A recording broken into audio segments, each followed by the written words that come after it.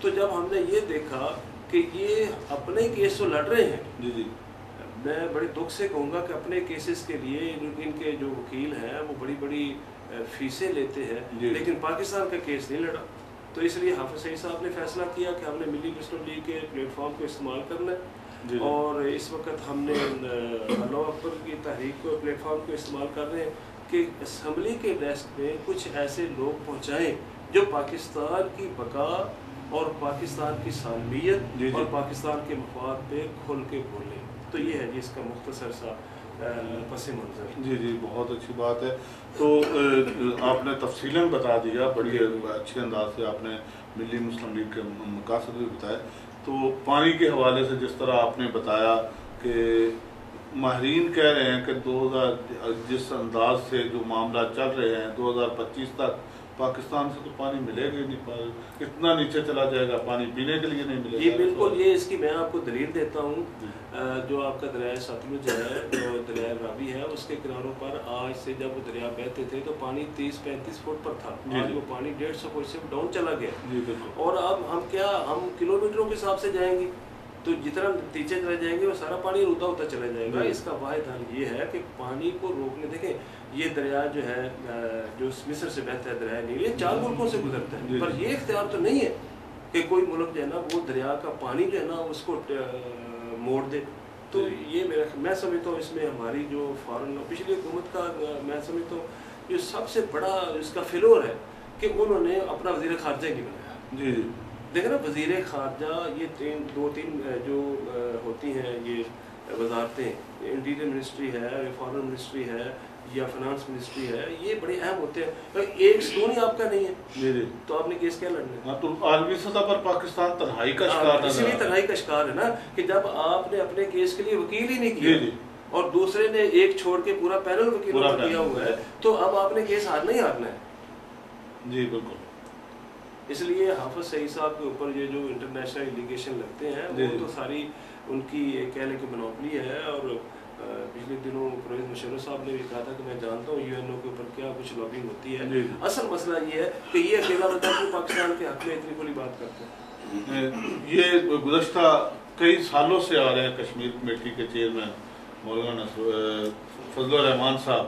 تو کیا سمجھتے ہیں کشمیر کمیٹی اپنے فرائض دیانتداری سے سر انجام دیے ہیں اس نے، یا اپنی فرائض سر انجام دینے سے قاصر رہی ہے؟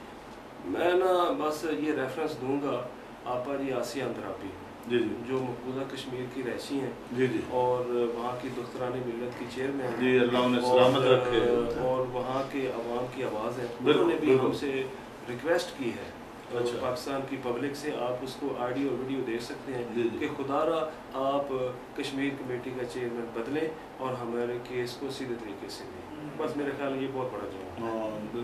جن کا کیس ہے ان کی بات سنیں، ہماری چھوڑیں آپ. جی جی، جن پر بیت رہی ہے آپ ان کی بات کو جناب ریفرنس کریں. جی، اب ملی مسلم لیگ کے حمایت یافتہ یہ امیدوار میدان سیاست میں آپ نے اتارے، وہ نوبارد ہیں، پہلے کوئی سیاسی ان کا ایکسپیرینس نہیں ہے، آپ کی پارٹی کا بھی اس حوالے سے کوئی ایکسپیرینس نہیں ہے. تو کیا سمجھتے ہیں کہ موجودہ سسٹم میں جو کیسے آپ یہ کامیاب ہو جائیں گے؟ یہ واقعی بات یہ سسٹم، یہ ایک بات یہ وننگ ہارسز کا سسٹم ہے. یہاں عام لوگوں کا کامیاب ہونا جو ہے نا یہ بہت مشکل ہے. وننگ ہارسز کا سسٹم ہے، اسی لیے دیکھ رہے کہ 200 بندہ جو جیتنے والے گھوڑے ہیں وہی پی پی میں ہوتے ہیں، وہی کاف لیگ میں چلے جاتے ہیں، وہ نون لیگ میں چلے جاتے ہیں، وہ پی ٹی آئی میں چلے جاتے ہیں. ان پارٹیوں کی مجبوری بھی وہ جیتنے والے گھوڑے ہیں.